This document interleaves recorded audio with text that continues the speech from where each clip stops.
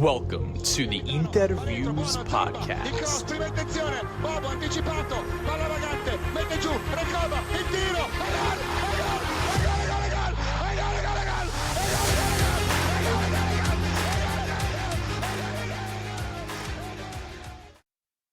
Welcome, Interisti, to episode 196 of the Interviews Podcast. We're here for the post-match reaction. One day later, a little bit of time to think on things of the derby at the San Siro, which finished 1-0 to the hosts Milan with a goal from Pervis Estupinian in the 35th minute.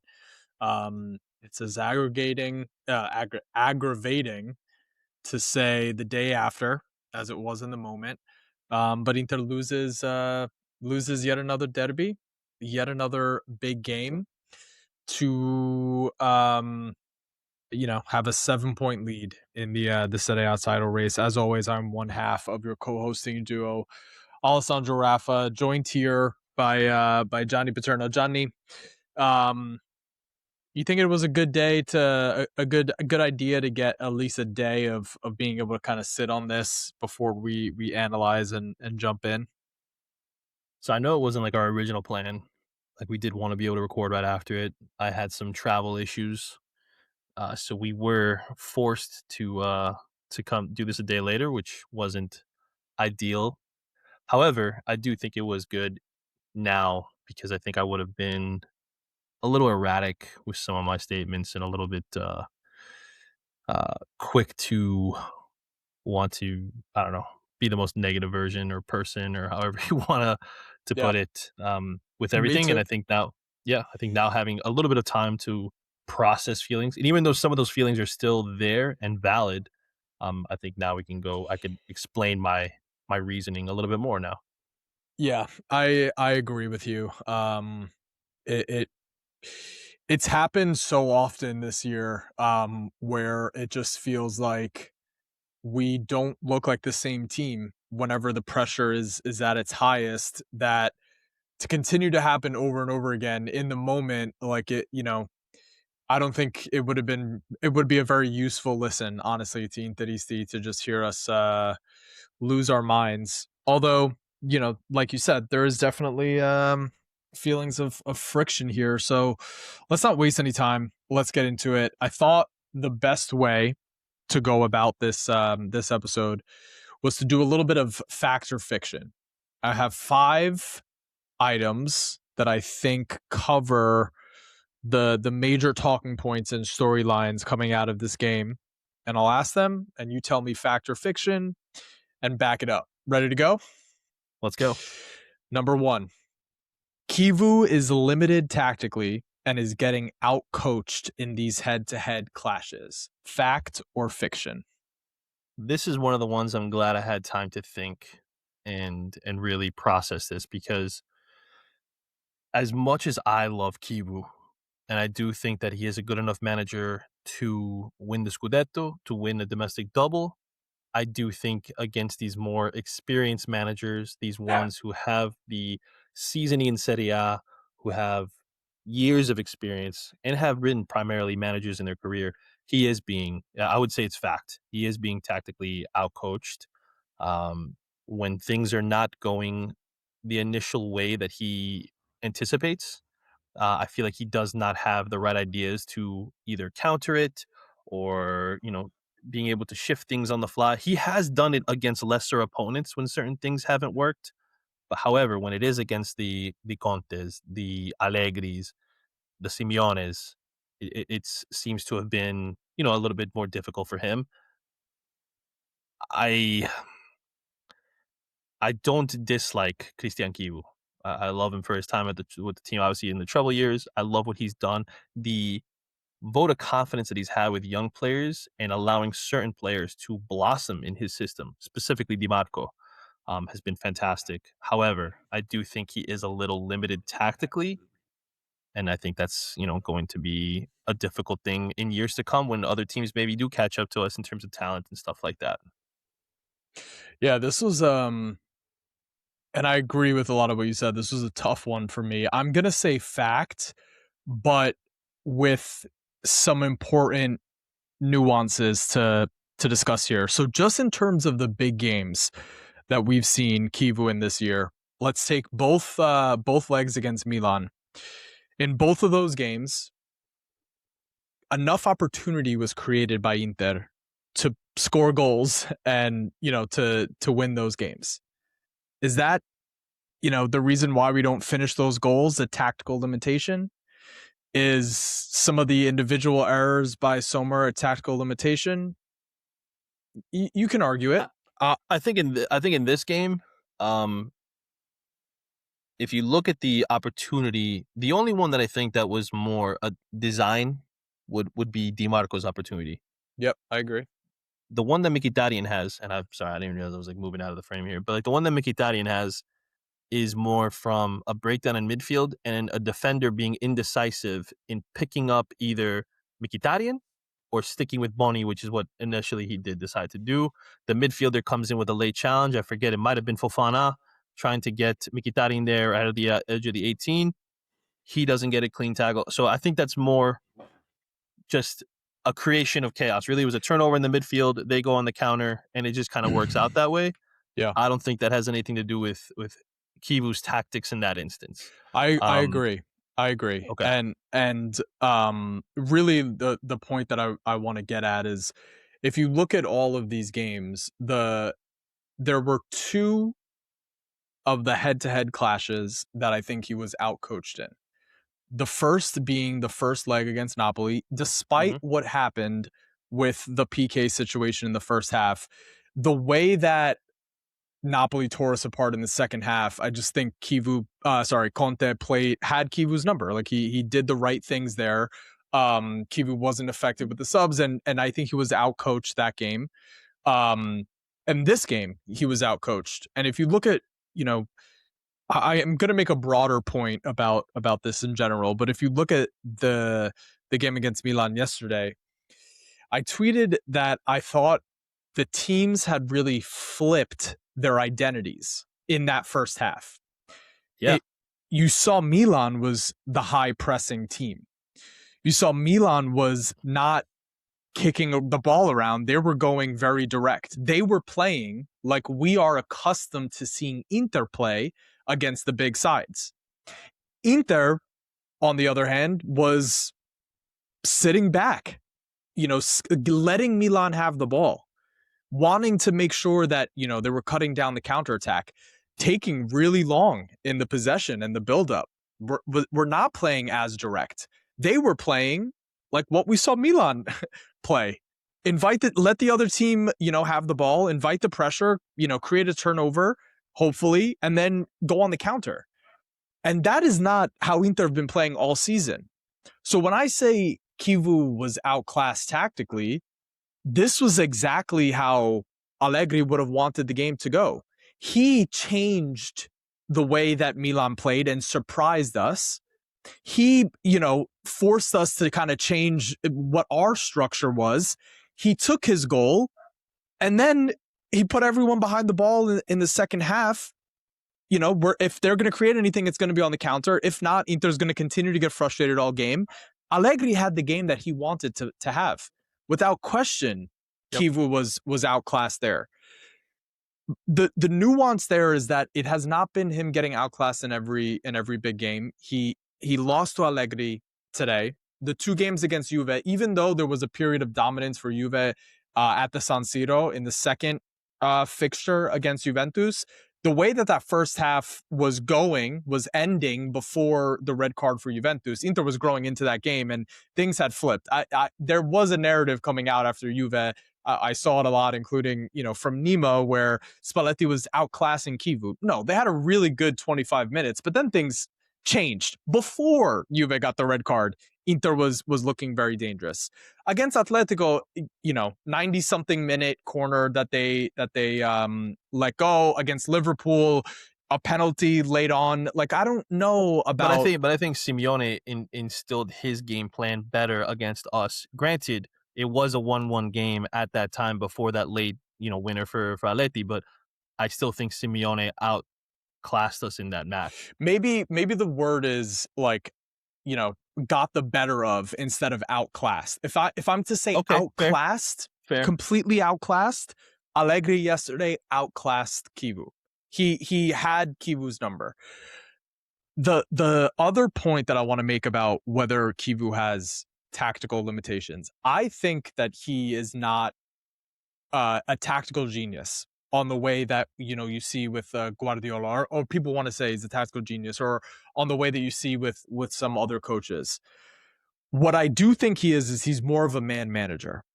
Yes, I would agree. And when people are looking for tactical genius, oftentimes they're looking for a coach that can make a subtle change.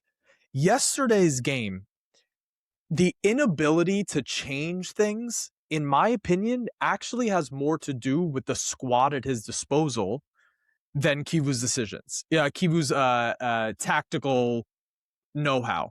And we'll discuss also some of the lineup decisions and substitutions that he made.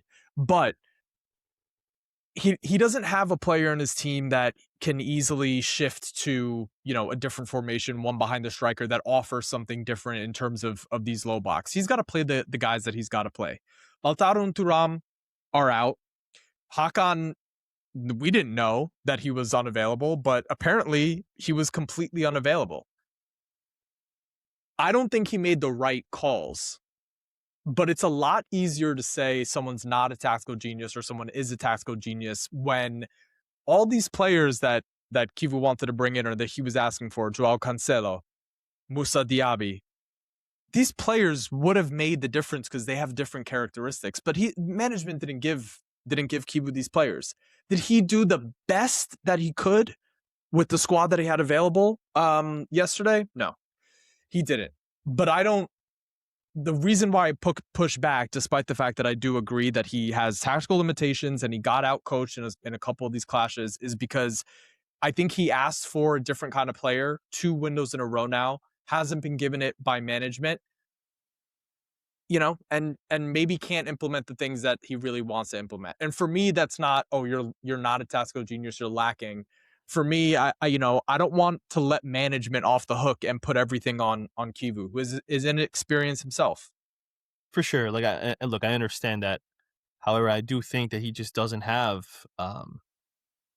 fresh ideas. It's the same, 3-5-2, same type of. I mean, I'll give him that he plays a more pressing game than Inzaghi did. I think Inzaghi allowed a lot of more More of pressing, his more opponents. direct. Yes. Which, I mean, it's nice when you're able to outmatch in terms of talent. However, when you go up against teams of equal abilities with managers who, are tactically astute, it becomes a bit lacking in, no creation, It's not no difficult to figure inventiveness. us out, and if you It have the isn't. personnel and you have a good manager, that's what you Yeah. get. And if you get players who buy into a concept, which, look, do I think Allegri is the most exciting manager or the most creative manager? Absolutely not. But what I do think he is extremely good at is getting his team to buy into a concept Mhm. and to understand what their roles are going to be in a specific setup, what they're going to be, asked to do in specific oh my gosh, specific situations. Holy cow, I'm having like a I brain had the fart same here. thing. I had the same thing. But yeah, it's just it. So I'll give him credit for that. Like he was able to get his players to they've drilled into them, and they may get tired of it. It does become you know a little Yeah. too much at times. It seems like it stops working and having the same effects. However, this is year one of him being there, and it's gonna have good effectiveness. And the thing that worries me about Kivu, it's like when I saw him on the sidelines, you know, and I don't have a problem that he was joking with Salamakers about the handball. I have no issue with that. Yeah. Some people did. I don't care. But what I did notice on his face, it's like I don't know what else to do. Mhm. It felt like to me, I shouldn't say that, yeah, that's exactly what he was saying, but it felt like he's looking at the field, he's like, what else can I come up with here? Yeah. And that there was nothing else that he could really, implement any ideas that he could throw out there. I mean, granted, in the second half for a large portion of the game, Milan were playing at a low block. that is always going to be tough to break down, especially when you don't have creative players. Mhm. And our Or forwards when you have players who you are relying on that do not bring their best. That also complicates things as well. You don't have an endless for sure, pool and of players to pull from. yeah.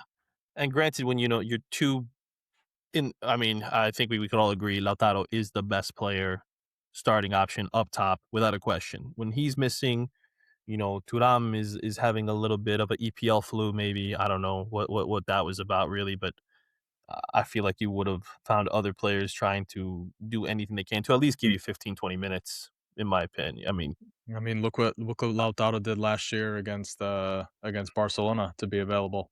yeah, yeah. I mean, was it Brozovic has effective? played with the flu before. We've all seen the Yeah. Brozo flu game. And so I'm a little disappointed in that aspect. You got Hakan dealing with the Galatasaray flu himself. He's ready to move on. I think that's really what that was. Like you said, we had no idea that he was not going to be available, or that was not going to be a possibility for him. So Nope. it's it uh it's just tough because you have two young forwards that we feel have a lot of potential, a lot of promise. They have certain qualities that are fantastic, but they don't know how to handle a low block. They've never had to really go up against that. No one's Yeah. looking to shut down Spal. No one's looking to shut down Parma. And if they are, it's probably Cremonese who's already going down, and they still can't handle what Parma was throwing at them. So it's just I felt like where if Lautaro's available, he's dropping back. He's trying to, do something with the ball, trying to make himself available to his midfielders, give them outlets, allow them to make runs, doing different things. Whereas that's not really Pio's game. I'm not going to fault him. He's more of a target man, truthfully. And he's And, also and a kid. They're both yeah, kids. Like they yes, yes, that's a hard ask to ask them it is. to. It is. So I'm not putting like a fault on. I mean, but Kiwu had to play them. It's not like Yeah. he had other options. Yeah. But it's just it was always going to be a tough situation if we didn't get the first goal. And once we fell behind, it became even harder, of course, because we knew, listen, Allegri's happy. One goal, that's all I need. Yeah. That's it. One, and I'm going home, whether with a win or a draw. But I'm not losing. Yeah. So And they took their chances too. I mean, some things happened at the end of that game that we're definitely going to get into. That this could have been a 1-1. If DiMarco puts away, it could be a 2-1. But then there's also opportunities that they had as well. So it, staying on Kivu, I think the last thing that I really want to talk about here, because we're talking about is he limited tactically, he's getting out coached in these big games, what does he have at his disposable and his disposal and what's available. um let's talk lineup and substitutions quickly, because I think he got things wrong in yep, both of them. Big uh mistake starting Mkhitaryan. And whether the thinking is I'm gonna need I don't have Hakan tonight. My other midfielders, Fratesi and Juf, at this point he's a right wing back. My other midfielders, like I can't really rely on them. So essentially I have Mickey, Barella, Zielinski, and Sucic. And maybe he's thinking I want to hold the Sucic card to play that in the second half, when I need it. While I can understand that kind of thinking, we can also say wrong. Wrong. Flat out wrong. The same way that we've been saying Mkhitaryan's not a starter. He can't start anymore. He can't whatever. Like you said, Johnny, the way that he got himself into the position that he did in the first half, right before, of course, right before Milan scores their goal, that was an accident. That was a mistake on the other team that he ended up there. And then from point blank range, you bury it into Manyan's chest, and the rest of the game he's delivering hospital balls that almost get Bastoni killed. That's a mistake, and that's on Kivu. Everybody else can see, what Mkhitaryan is at this point in time, and that's a mistake. Dumfries, he came on and he looked like before the game, instantly a threat. instantly a threat. Before the game, Kivu says Dumfries is still getting into his match rhythm. I want to see him get into his match rhythm. All right, well, he looked pretty in rhythm when he came on. So that raises that question. Luis Enrique, is partially at fault for Yeah. Estupinian's goal, and he doesn't light it up either. Although there were some interesting things in the first half, but the rest of it wasn't that great, wasn't that effective. Dumfries is immediately more threatening. Every time Juve comes on, he's immediately more threatening. So Kivu, can I ask if that's also a mistake? Did Dumfries have 45 to 60 minutes in his legs where he could have started the game? I mean, I would think so. Like I don't see why not. The only thing that I guess I can give him credit, or not an excuse either, but I think he may have been thinking I would rather have Dumfries out there with a lead Yep. because he would be better defensively. Obviously, we see the mistake, in Luis Enrique just falling asleep, allowing a guy to sneak in back door. Like Yep. that's again, that's grade 5 stuff. Like we all learn this to not let somebody make that backdoor run on you. Yep. And brain fart there. I thought his passing was a little too safe. His crossing was horrendous. He cannot cross the ball, in my opinion, to save his life. Yeah. Like overshooting it, he had a chance in the first half where he just He sat overshoots it over he two, sat down and somebody in the first half. he did sit somebody down, but then he's indecisive on who to play the ball to. He has Boney making a near post run. He's Yep. got Pio really in the middle, not the back post. But then he crosses it over both of them, and it's like, listen, I would have rather you tried to play it at Boney's feet, and Boney either shoot it wide or put it on frame, and Magnan makes the save. Listen, we all know Magnan's weakness is the near post. Take a shot, take a Yeah. chance. Who Yeah. cares? But like he's just so he we said it before. He's so afraid of making a mistake that he goes on and makes a mistake. Yep. It's like you have to do something. It's better than what you are doing. You overthink it, and Dumfries comes on. He immediately tries to make a dribbling play. Dribbles probably a little too far off. He could have maybe laid it off to somebody in the middle, but he takes a chance. I would rather you do that, fail, than not do anything at all. Yeah. And I think, like you were saying, Mkhitaryan cooked. There were people that I was arguing with, which again, somebody needs to message me privately before the start of the next Inter game and tell me to stay off of Twitter. You have to remind me I because will. I Yeah. forget it, and I continue to just go on, and then I engage, and then I get worked up over stuff It's and hard deal to with watch people the that I just. games like that It is sometimes. hard because then you start to like pinpoint every single thing or point out every single thing just to Yep. prove that you were right, or that someone's trying to do that to prove that you were wrong, and it just goes on forever. Yep. But somebody was trying to tell me that Mkhitaryan wasn't doing that poorly minus the miss, and I'm like, the guy is misplaying passes left. Like, what are you watching? He Like, almost got he's Bastoni seriously injured with a hospital he ball. he got Zielinski in a really bad situation right outside the 18 with like the hardest pass I've ever seen in my life. I don't know if he was trying to shoot it himself and Zielinski just happened to be in the way. I couldn't tell you, but it was the worst attempt, and the ball bounced, I want to say 10 yards away from Zielinski because it was delivered so hard that no player is going to be able to control that pass.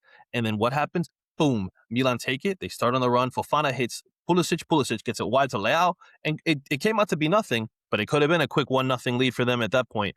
And I don't understand the people who can continue to defend Henrik Mkhitaryan. And listen, if you're trolling me, fantastic. Listen, I'll clap it up to you. That is a great Successful job. troll. But you Yep. cannot seriously tell me. It is, because like it baits me every single time. But you cannot truthfully look at the way that he plays, look at the impact that he has, his tactical inflexibility, and tell me that he brings something that Petar Sucic doesn't bring. You can't. You can't say, and you can't even tell me that he runs more, because whenever Sucic starts, he is continuously either number 1 or number 2 in kilometers or yards covered, however you want to phrase it. He's always up there. And the only person who I've seen really beat him is Zielinski. So you can't tell me that Mkhitaryan runs. Like, if that's Yeah. the only thing, or that he plays better defensively. Because what did he do yesterday? I didn't see him recover any balls. Yep. I didn't. No. And like, if you want to, tell me, like, somebody was trying to point out, oh, Sucic was only side passing yesterday. That's I why he saw can't that start. too, and that is just And I'm not and sure it's like, what's what you're watching. And but what I was trying to is it's like if nobody's making forward runs and you're not able to get past the low block, what do you want to do? Just boot it up there, like just Also, like if he's side passing, right? At least he was doing it at a quicker pace than everybody else on the team. Like if everyone else, if the whole team is side passing and they're taking their time moving it left to right, at least when it got to his feet, he was moving. He was he hit it moving. and then he was off and moving himself, trying to get up the pitch, trying to create space, trying to do something, draw a defender with him to kind of create that space for that whoever had the ball, whether it was Zielinski, whether it was Barella. Like I just, and again, I'm not trying to make, and I know what's going to happen, and I can already see the comment coming from Irato where it's like, oh, you always defend Sucic, but you don't defend. Dude, this isn't just me defend. Like I'm telling you tactically what I saw from the game, what I saw Petar Sucic doing in the game in those moments, and how he was trying to draw people towards him, how he was able to dribble through a few different midfielders from Milan, and then lay it off to Apio, lay it off to Boni, whoever. Yeah. And then yes, maybe it stops there, or Boni passes back, and then we're starting the thing all over again. But that's because they're playing a low block. You have to. All right, we can talk about the tactics because I do have some things I do want to bring up, like what we could have potentially tried to do differently in Yeah. going up against a low block. But Yep. yes, he got Mkhitaryan wrong. I would say that he got Luis Enrique wrong, and definitely you cannot tell me that Pep Martinez is I not was just going there. I was just going there. the answer. This Because is yeah. go ahead. I was just gonna say this is my biggest criticism of Kivu in this moment. One, if Dumfries and Sucic are available, and you're not sure exactly how you want to play Mickey and deploy it at certain times or whatever it is, at the very least, one of Sucic or one of Dumfries starts. If you don't have, knowing that you're not going to make a sub until later on in the game, have your best players on the pitch. Don't try to like get by for a certain amount of time and then go to your jokers. One of Sucic and one of Dumfries should have been there in place of Mkhitaryan and Luis Enrique. And then with Sommer, this Kivu's the guy that is supposed to launch the youth, right? Like that was part of the whole appeal of this is that we're gonna launch the youth, and we've seen Kamate has made his debut. Obviously, Pew and Bunny have gotten some important minutes this year. Sucic, as well. Bisek came into the lineup over Acerbi. But Sommer has consistently shown all season that he's below par. He was immediately rattled in the game. He almost killed us early in the game. He Yep. can't save anything. And it needs to be communicated through some journalist or something why Pep is not starting. Because for Interisti, all we see is I've seen one bad performance from Pep in an Inter shirt. And it One, wasn't even bad. Like it was his worst performance. It was his worst performance, but it's still, we've seen 6 of those kind of performances from Sommer this year, and we've seen a bunch of other good ones from Jose Martinez. What is it? Somebody communicate to the fans, or else you just look stupid. Because we see it. We see that Sommer is done, and we've seen it for a long time. Why can't we just get Pep? Why can't we just get him? As soon as the shot from Estupinian came in and I saw Sommer go down, I knew it was going in, but you can't tell me that Pep does not cover that near post. Pick the You wrong can't side tell me again. Like that he can't read that. Like the ball goes to his outside foot to get away from Luis Enrique. He lets it run a little bit. He's not going to shoot across his body and risk Luis Enrique getting in front of it and making a block at some point. He's going to go near post. Anybody with a peanut size of a brain could recognize that. And then he just allows that to happen. He goes down to make it look like he made an effort at a save, but he's diving the opposite direction. Pep Martinez makes that save. I'm sorry. And he doesn't put you in a situation like Jan Sommer does in the early stages and turns the ball over to a Luka Modric of all people who narrowly misses a goal. Truly. Like I think that if he was really able to set and curl, that ball's going in, bottom corner. Sommer doesn't reach it, and Pep reaches it comfortably. Comfortably. Yeah. And I just, look, We talked about goalkeepers that we like, that we rate, that we wouldn't mind seeing at Inter. Yep. If we're gonna have a limited budget, which I truly believe we are, I don't think it's gonna be like all these numbers and names that we're seeing us tied to. It's probably gonna be one or two at most, unfortunately, unless a lot of players go out. Um, but like you already have a goalkeeper in Martinez who we really don't know what we have. But I would feel comfortable enough to spend all of next year with him as your number one. And if he doesn't work out, I still think he's going to do better than Sommer this year. But you could still go readdress that next summer Yeah. because then Svilar is still going to be young. Garnesecki, who knows? I mean, he's probably going to move this summer, but he's still going to be young. You're going to have other people. Hey, maybe Hornacek still has that buyout clause then, and at that point he's only 24, but he has another year of first team experience at Braga, and maybe he's able to develop a little bit more. There's gonna be options. There always Goalkeepers is. If you can goalkeepers scout, come there out. always is. Yes. Always are. And maybe Abramovich gets another year to develop and then he becomes, somebody that we really admire. Who knows? But you have to give him a fair shot at least the rest of this year to see what you have in him because Jan Sommer is not it. And the longer that Kivu continues to trust in Jan Sommer, we have a 7-point lead now. That could evaporate like that. And it could very well be because of the goalkeeper they continue to give opportunities to.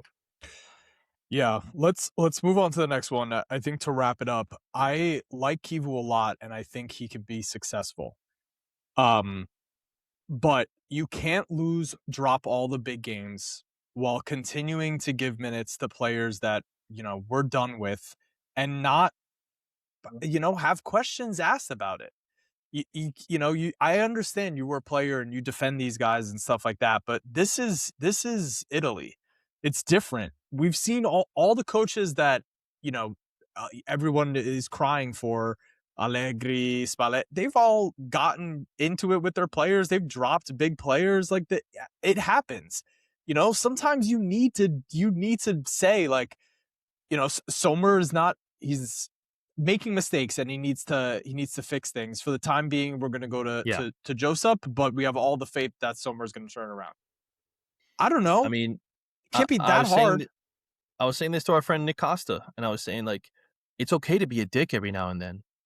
You don't have to be everybody's best friends. As a matter of fact, Mourinho was Yep. loved, respected, Yep. but he would also throw a player under the bus every now and then, and it would get results. Yep. He Like you took don't have to be like Conte, where you just like really drag them through the mud and make them feel like they're the most inadequate person ever. But you can get your point across and make it known, like, hey, we expect more from you. We're gonna sit you for whatever X amount of games or X game, whatever. Get your stuff together, and then we'll see where we are after that. But you Yeah. can't keep rewarding the same players with the same opportunity just because of their seniority. If you're not playing good enough, sit them down. I think that's like a critical piece of being a man manager. Like he's a man manager in the sense that the players love him and He's he a coach. always He's a player's friend. he's a player's friend, but he needs to be a coach. And listen, I'm not Kivu out, and I don't think he's as limited tactically as some people say he is. I think that the squad is really limited. But if management gives him the right squad next year, you can't lose the big games, and you have to show a little bit more cattiveria with poor performances. You just have to. He's young and he's inexperienced, which is why none of this is okay, but you can understand it. And was the hardest job in football to take. The team that just lost 5-0 in the Champions League final, their second Champions League final loss in 3 years. This was a hard, and players that were clearly on the decline, and you didn't spend a ton of money. This is a hard job to take. Everyone is always against you, and And and I and I I was I just was saying, most of the money you did spend was on the wrong players. was on Juve and Luis Enrique, who are, what they are. So he has to show next year that he learned some of this Mhm. stuff, that he earned a bit of a hall pass because of how fucking crazy of a situation he was dropped into. But he's got to show something different next year. All right, fact or fiction? This squad's cycle, despite the fact that we have a 7-point lead in the league, this cycle ended last year. Fact. It's a fact. I've thought it. 100%. I've thought it for a little while now. I've said it in other conversations with other people. I mean, I was on the Calcio guys talking about this. I think you needed a refresh. I think to have that many of the same players returning after that loss, after that mental beating, Yep. you needed to get people with different mindsets in, and that means tough goodbyes. Yep.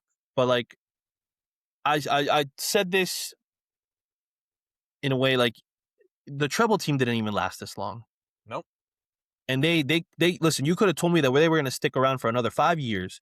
And yeah, we probably would have fallen off a cliff even sooner. But I would have said they earned it. Yep. Winning a treble gives you a little bit of a grace, in my opinion. I'm sorry. Like you're allowed to keep all the pieces if you want to. And they, but like it started in the very next season. Some people left slowly. 2 years later, Thiago Motta's going, Samuel Eto'o's going, Wesley Schneider's going. Like everybody was like leaving within.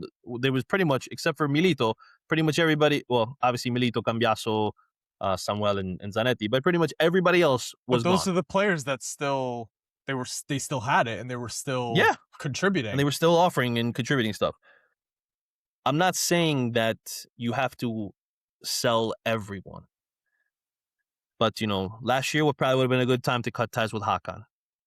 I think last year would have been a good time to listen to offers. Maybe, again, I don't think anything came in, but you could have listened. I'm not saying you have to sell them. So people, please hear this. Listened to offers for Bastoni, for Barella. Doesn't mean either of them go. And I'm sure they would have wanted to stay because they love the colors and they feel happy here. That's fine and dandy.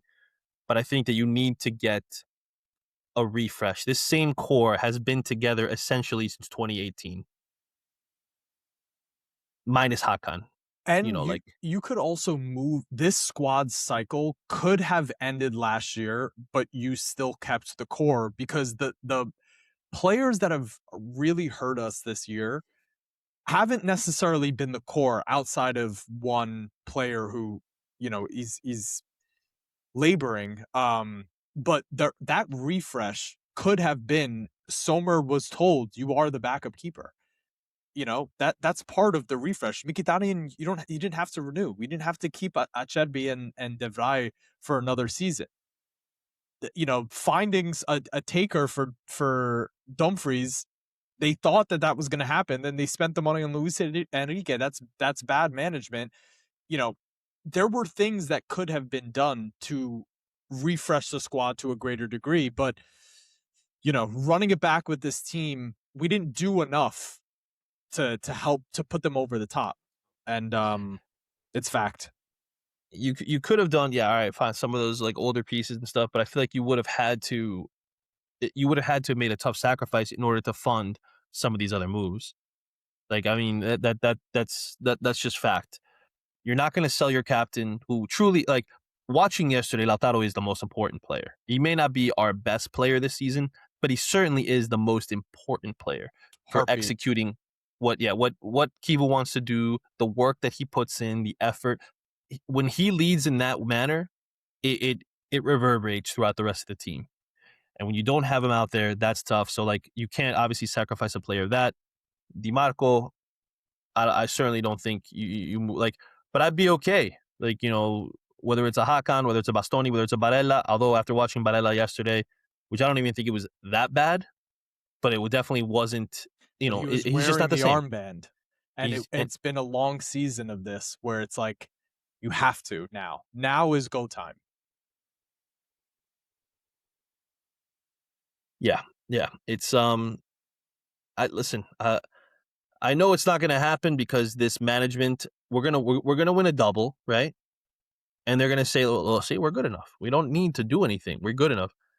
And it almost feels like a collapse has to happen in order for real change to happen. And I hope that's not the case.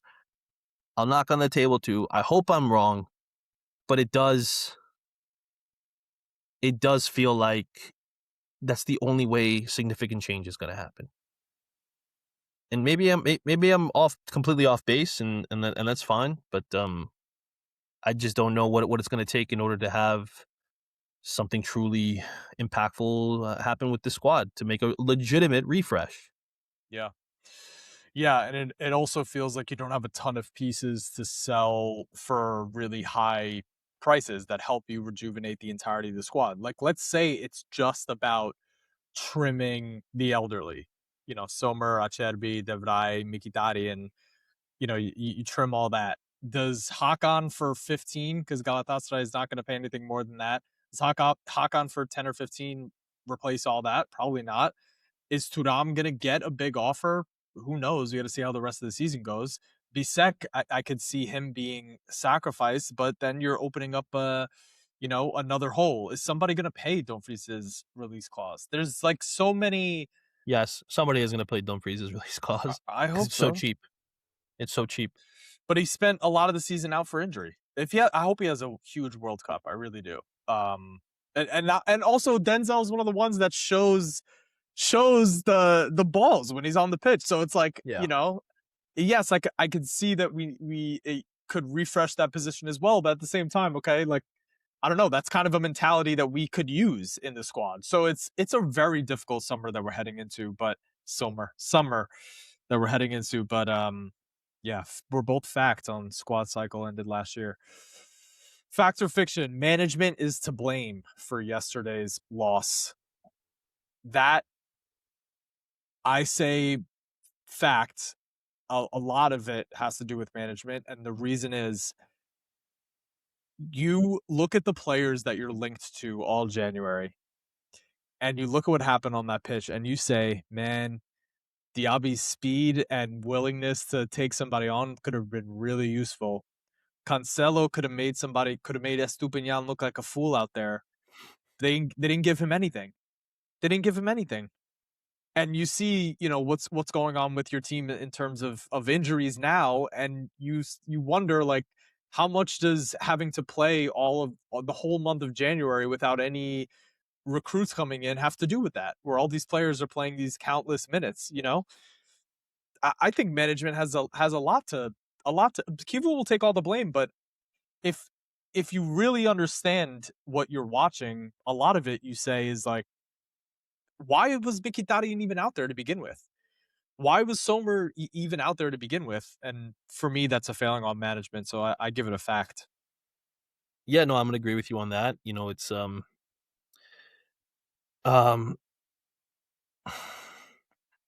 I said it in the preseason episodes when we did hire Kiwu that if he were to fail, which I didn't, I said then I don't want him to fail. I still don't want him to fail.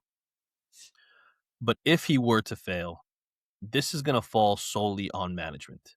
It's not gonna be Kiwu's fault at all. Um, I didn't like a lot of the reinforcements that they brought in. I thought that they were putting him in a position where he would very much fail because he wasn't going to be backed by like you know um, a manager with pedigree would have been. Kivu can't come in and demand They certain wouldn't have things. taken the job without their Exactly, demands being exactly. They met. wouldn't have taken without certain guarantees, certain players to be to reinforce the squad, maybe be allowed to change formation, and that's a thing that you know what? I'm not even gonna say it because I don't want to get onto that yet. So forget it. But that is something that I would agree. Management is to blame, not solely because you could put some blame on Kivu. You could definitely put some blame on some of Yep. these players. Yep. But I would say the majority of the blame could fall on the management because you're the ones who gave him this situation. And again, we as fans overrate our own squad. We really do because we had Boni has a couple of nice games. Oh, look how fantastic he is. Pio has a couple of nice games. Oh, and I'm not saying those are the guys, but there are other guys on this squad who get overrated or called world class or this or that. Outside of Dimarco and Lautaro, nobody on this team is playing world class. Yeah. Nobody. Yep. Whether you want to believe it or not, it's just fact. Everybody wants to talk about Bastoni, how great Bastoni. He got cooked. Zielinski, actually. Okay, yes, fair. Zielinski has been absolutely. But Bastoni got cooked on a few plays as a defender. Yep. Embarrassing ways. Mm-hmm. Like just shocking defending. And it's something that I brought up 2 years ago that I didn't like. Last year was a step in the right direction. in terms of a defender, and now this year he's regressed in defensive play. And I don't know what the problem is. I would have hoped he would have learned some things from Kibu, who was a left center back and a left back. Um, yeah, it's just stuff that falls on management, and and I think Kibu, not that he gets a pass, but I do think he gets absolved of a little of the blame because this wasn't his mess that he came into. He's just trying to clean it up and work as best as he can with what he has. There's also the thing about management too that bothers me is there's no um I think part of being in football management or sports management in general is also managing your assets better. And what I mean by that is like sometimes you have to sell at peak value. You have to sell high on certain players. You have to recognize that they may have played well or had a good year and had some value, but they're gonna decline the following season. Like, for Fratesi, he had some big goals last year. I know we didn't get exactly the offer we wanted, but now you're going to take a greater hit on the deal that you put in when you acquired him than you would have last summer. If again you sell when the value is hotter, even if it wasn't the full way, a little loss is better than I'm having a hard time getting this motherfucker off my team and he has to eat minutes. That's not good. That's not good management. Recognizing that, like, yeah, Sommer did exceptional things against Barcelona, but at 37 years old, the likelihood that his reflexes are going to stay the same, it's not realistic. There has to be a bit of foresight, even when like this player is good. They may not be that level the following season. You have to be able to recognize sort of where the wind is turning and where the tide is going. And the other thing, 100%. I see a lot of the tacticos on Twitter talking about how like going after dribblers is not necessarily the case. Okay. We haven't had a player in the team that consistently can beat his man for years. For years. The shift in tactics in the game has gone towards man v man. Stop telling me that somebody that, just get a dribbler is not an active solution to that. It of course is. If it's man v man and I have someone that deletes his man, that's how you create advantages. I haven't been able to watch it for years. Leao dribbles past his man comfortably. I mean, this year not so much. It's not as impactful. He has because he's been playing in a different role. But if you have someone out wide who can beat a left back, then take on a center back, and what happens is that center back pulls out, that creates space for another person. You shift the defensive position. You create panic. We haven't had players that create panic. And the reason that the tacticals are saying this is because they think it's like too simplistic of a solution. Like they want to think in terms of numbers and how you circulate the ball and you can create overloads. Fuck that. Stop getting cute or fancy. Get guys that change the game on their own.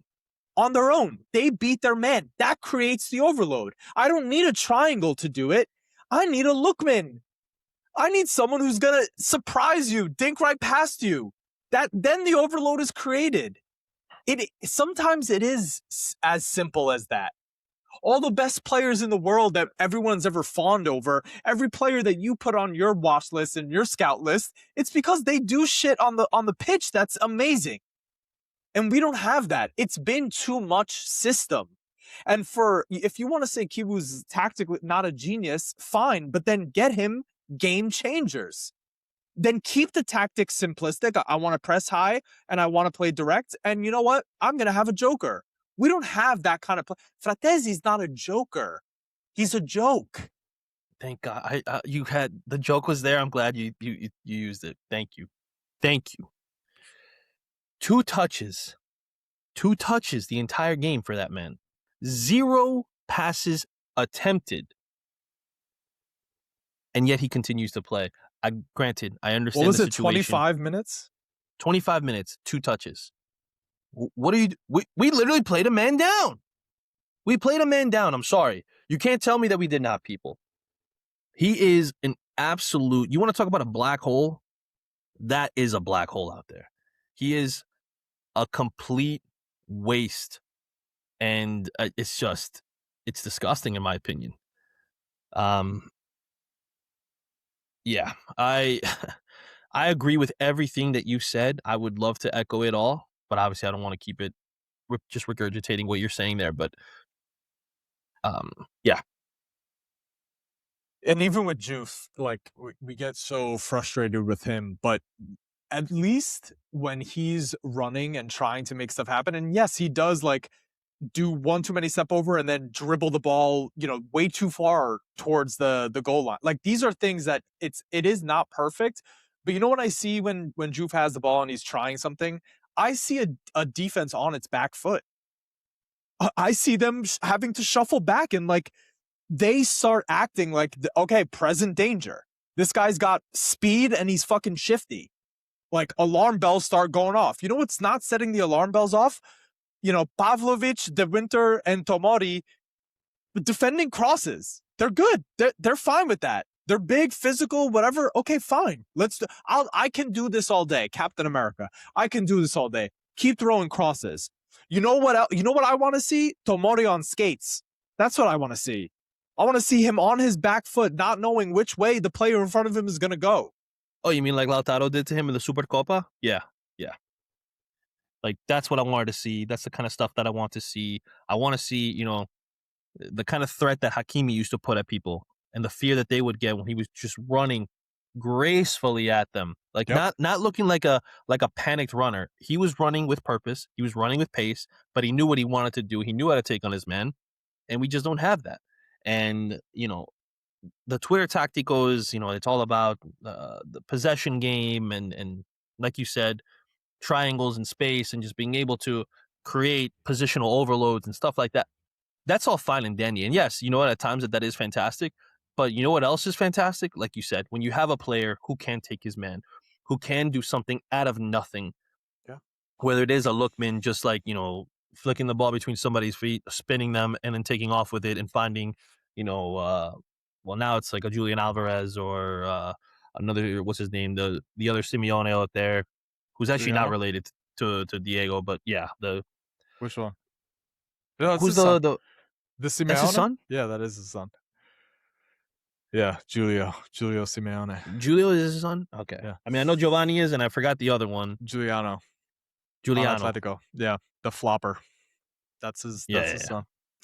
Okay. Um, But anyway, yeah, you know what? It also makes me think of our best player this season is DiMarco. And why is he the best? Why has he been so effective? It's not because of the triangles and the patterns of play that have given him the opportunity to put a cross in. No, it's because he does things with the football as far as his technique that no one else can do. That is the game changer. Is his left foot is the game changer. It's not the tactic or anything like that. I need more players like that have a game changing ability. Somebody's level of speed can be game changing, even if they don't have a ton else. Like just being fast and being able to put pressure on defense, that's a game changer. The ability to operate in tight spaces, like Nico Paz can do, like Dybala has been doing for years. Dybala is not like dribbling people off of the fact that he's a super athlete. It's because he's technically brilliant. Same thing with Nico Paz. He's not a speed demon. He's brilliant. His mind is moving. His technique is amazing. Give me game changers. Game changers. That's how you win 100%. games.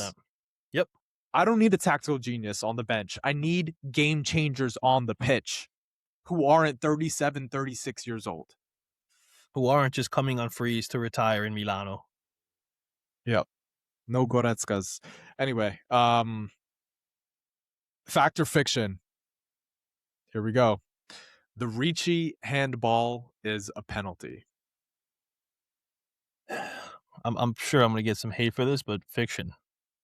To me, that is pretty much the same thing that happened with Bisek last year against Lazio. It Yep. shouldn't have been a penalty then. It shouldn't have been a penalty now. Now, if you're going to call that one a penalty, then you call this one a penalty. Right. I need consistency. Well, the argument that some are making is that two wrongs don't make a right in that instance. But I, it I'm. Well, again, I won't jump ahead.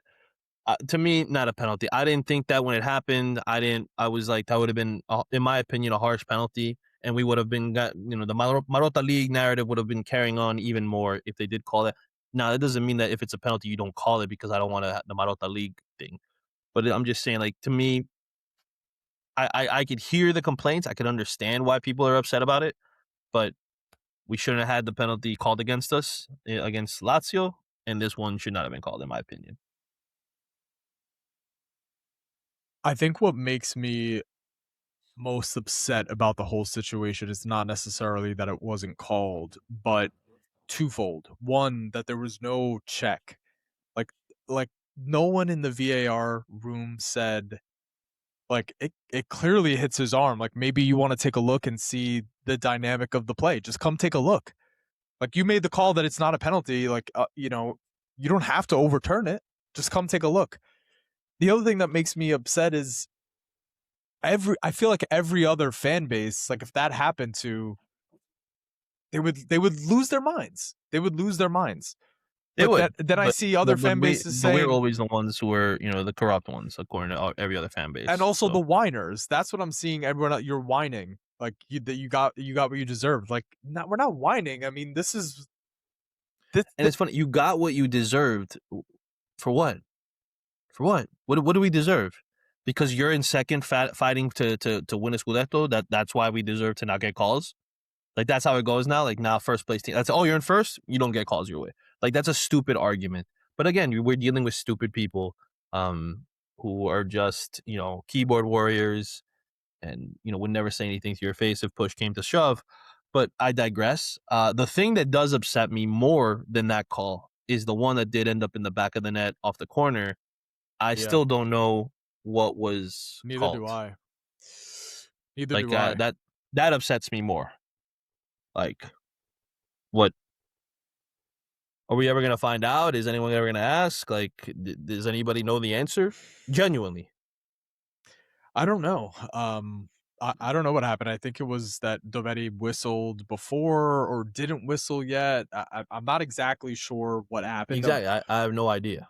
That's of all the things. If I've been off Twitter because I can't look at in these difficult moments, but I have to look into it. I'm not exactly sure what happened. It's just like, I don't know, man. I feel like in a big game like that, to not just take a look at it, and you have the refereeing experts. Some of them are saying it's a certain penalty. Graziano Cesare is on Domenica Sportiva, and he's saying there is no question that it's a penalty. Riccardo Trevisani, Daniele Adani, you have all these big names that are saying there's no Vieri, this is a penalty. And then you have, like, former heads of the referees. You have Luca Marelli saying no, letter of the law. uh there's the fact that there's so much confusion, where you have some folks who are big figures in the game and have trained as referees and are refereeing experts, saying that there's no doubt that it's a penalty, and other experts saying it's never a penalty. It's like, okay, well, somebody doesn't understand the rules, yet both of you are supposedly experts. You're both this is both what you've done for your whole lives, and you're both so certain one way or the other. Something's not not adding up. Yeah. I don't know. I feel like every week it's another joke with our refereeing, and just a lack of transparency, a lack of clarity on what a call is, what isn't a penalty. It's almost like they have to do penalties for Serie A dummies. Like, I need the book or something to be able to understand, like, what's going on there. So, Yeah. um, Okay. Let's wrap up fact or fiction, and then I don't think we do player discussion today. I think we go right to the listener questions. What do you think? yeah, it's fun. All right, last one. Fact or fiction. If Inter wins the domestic double, none of this matters. All the things that we spoke about today, none of it matters. I'm going to say fiction, and I'll only say that because it's still an issue if you're unable to defeat your direct rivals going into next season. Because who's to say that you perform the same way against the same bottom half teams? Yep. You know, all you need is one team, two teams to steal points there, and the next thing you know, instead of a 7-point lead, it's a 2-point lead. It's a 3-point lead. And then you're struggling, a game like this, boom, next thing you know, Milan's tied on points with you, and you're having to battle that. So the trophies ease your concern, but they don't erase your concern.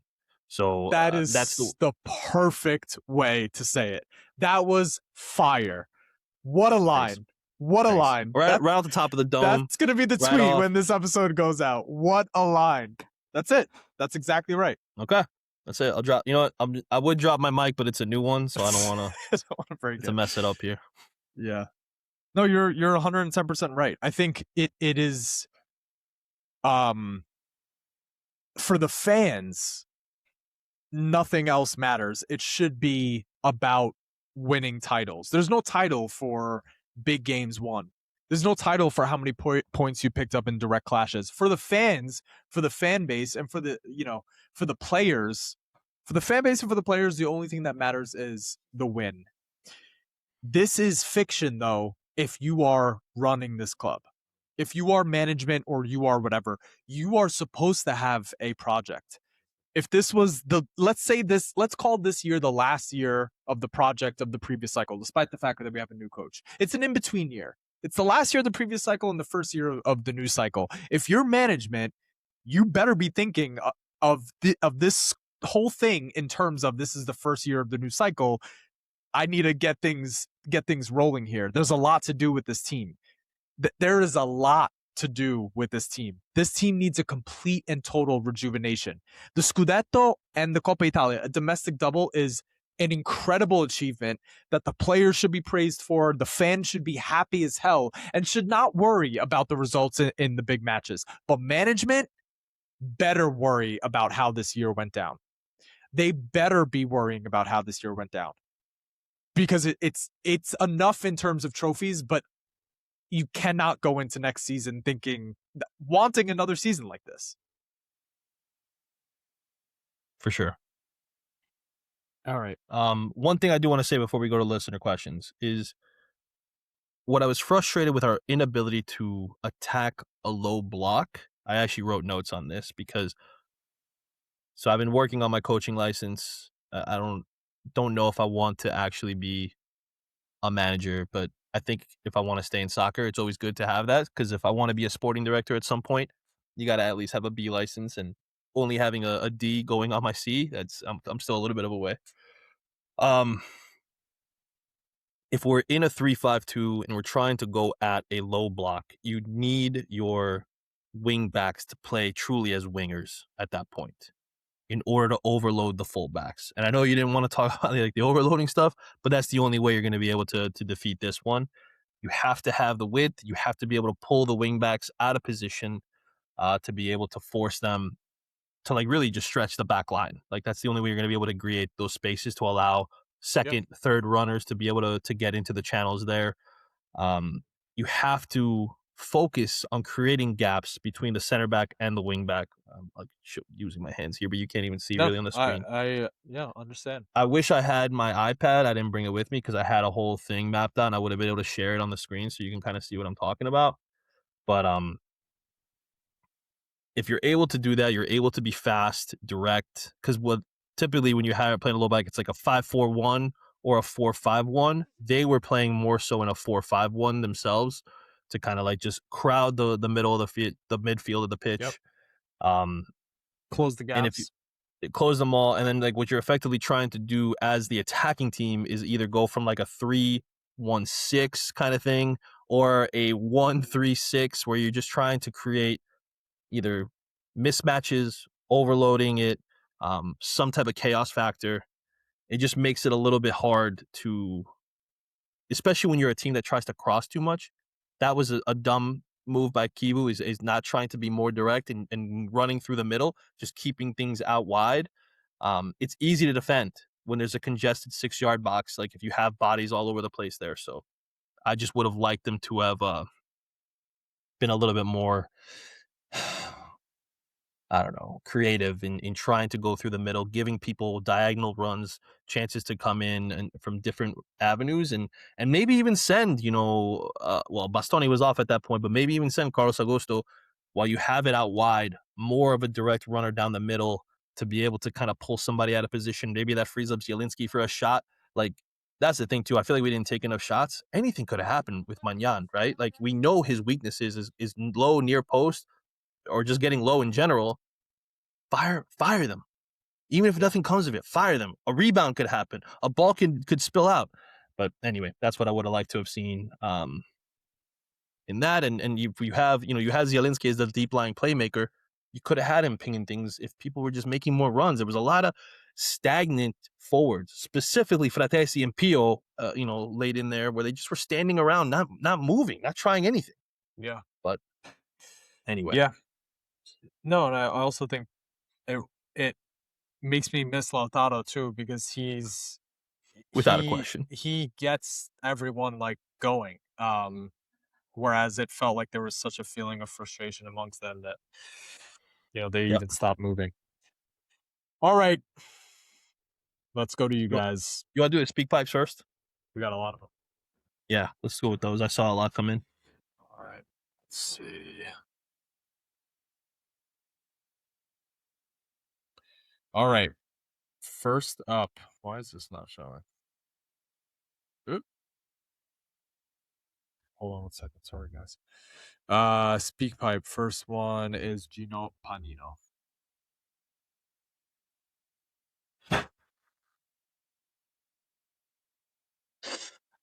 Hey guys, just finished watching the Derby. Gino Panino here from Vancouver. Long time no talk.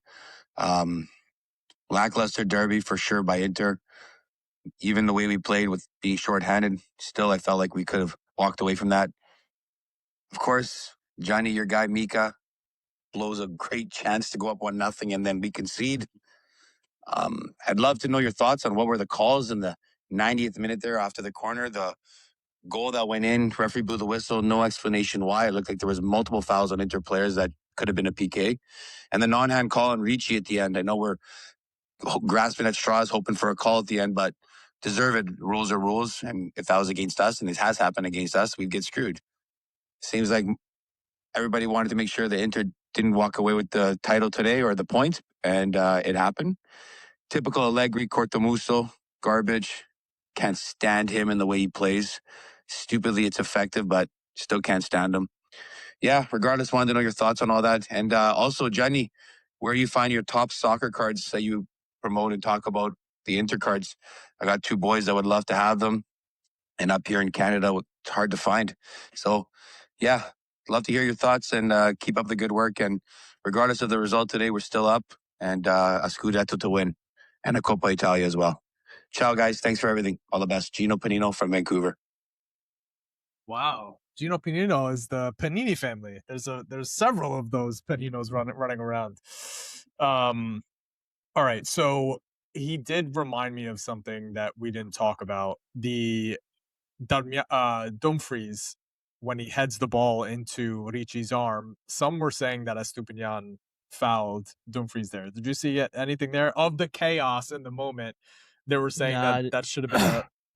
I didn't see anything there. I would have to go back because I'll be honest, I didn't focus on that, so I would have to go back and look at it. I didn't really pay attention to that aspect of it, but nah. I mean, maybe because I'm not remembering it, it doesn't stand out to me. I wouldn't think so, but I would have to see. Yeah. And then Gino, for the cards, real quick, I get most of my Inter ones. I'm on eBay looking for those. Like I'll look for specific players. Like I'll just type in like let's say like this year, like the new PO and Sucic rookie cards are out, right? So like I'm looking for those. Like I would say if you type in like Topps Chrome 2025, 26, and you just type in Sucic or PO Esposito, you can see like everything that's available. And I would obviously like focus on what's in Canada. And I'm sure in Vancouver there's got to be local card shops. Like it's a big hockey community, so I'm sure they have hockey, soccer, all that there. So if you find any local card shops, like just hop in, ask, and normally, like even if they don't get it, they'll order it for you. So that's how I would go about it. Shipping from here to you guys would be a nightmare if you guys won one of the giveaways or something. Um, just with all the tariffs and everything, I wouldn't want to do that to someone. Even if I give it away, you're still going to be paying a tariff like through the nose on there. I've had people from Canada not want to buy my hockey cards because of that. So anyway, that's it. Um, also on Cortomuso from Allegri, he forces teams to beat themselves, and it's an effective way to play football. He forces teams to beat themselves. So, you may not love watching it, and I certainly didn't love they decided they weren't gonna play in the second half. They were gonna defend. And part of you is like admiring that, they're able to defend so well. I wish Inter had that kind of like they could sit back and get it done for 45 minutes. I don't think that they could, but I wish that they had that. But I agree, it's not very attractive. Okay, really quickly off the top before I get into the end of the game. No, I did not think we played well. And despite I understand we don't have Lauti or Hakan, although no one said anything about Hakan. I don't understand where he was, even though he was on the bench. But I do think Kivu got the lineup wrong. I would have rather seen Sucic and Dumfries from the start rather than Mickey and Enrique. But whatever, we have to talk about the end of the game. What the fuck? I'm so tired of the refs in this league ruining these big games and all this shit. And I thought DeVary did a good job until the end, but what are you doing blowing a whistle for minimal contact on a corner as DeMarco's kicking the ball? You're calling it. For what? There wasn't even shit in the box. You're calling that. We scored. Doesn't count. And then I understand no one understands what handballs are anymore. And this is a handball. That's not a handball. But that's a nailed on fucking pen. That ball hits him with his arm in an unnatural, outstretched position, clearly deflects off him. And did they even look at it? No. But it's been a month and we still got to talk about Bastoni every 5 seconds because poor little Juve got screwed one time. But I just watched the post game. Did we even talk about it once? Nope. Nobody fucking cares that Inter just got screwed. I mean, that's a nailed on pen, but fuck it. Who cares? And finally, fuck Rabiot. That's all I have to say. I fucking hate him. I know this is a ramble, but fuck Rabiot. He's a rat. God. I would impose a new rule, I believe, on the podcast. We have to start with Casey's speak pipes every Yeah, time. we got yeah. If Yeah. we get something from Casey, it's always a fire start. So I'm down with that. I think if he sends them in, we have to start the pods with those because that was straight heat and a lot of what Interi's they're feeling. All right, Yep. Nico Bocuzzi. Hey guys, it's Nico Bocuzzi. I hope you're both doing well. Disappointing loss. I was actually at the derby. Um, the San Siro was always magical. So I'm blessed to have been there, but disappointing in the end. And now that's 7 games where we have failed to beat Milan. I know some of the fan base is saying that they want Kivu sacked, which I think is absolutely ridiculous. It's like we've forgotten that this streak that Milan are on against us dates back to Inzaghi. Like we have not been good in big matches for so long. And yes, we beat Juventus. I think we were very fortunate to come away with a win versus them. And I don't think that win really did anything for us mentally for some of these players for these big matches. To be quite honest, it's crazy. Like we could have went 13 points clear of Milan, or at bare minimum keep it at 10. But 7 points, you invite them back in the title race now, and it's very doable with 10 games left. And I know Inter have been almost 100% flawless against the other teams in the league, with the exception of direct rivals. But these upcoming fixtures are going to be very important. The only positive is that we will get a lot of rest in between games now. But I don't know. Let's see what happens. But always sempre solo forza Inter. Ciao ragazzi. Is that the perfect speak pipe to end on, or what? I mean, nailed it. I mean, Nico speaks so eloquently and like calmly, and he could be the voice of reason when we're like, honestly, maybe that's it. You got to go Casey first, Nico right Finish with after, Nico. and Yeah. it's like you could kind of get both ends of the spectrum. Yeah. No, and he's right. Thinking about the future, Inter needs to do everything but take their foot off the gas in this moment. It's full steam ahead. Johnny, I'm sorry for keeping you over here, but we had to get it out. We had to talk about it. In the words of the great Roberto Scarpini, forza ragazzi, forza ragazzi, forza ragazzi.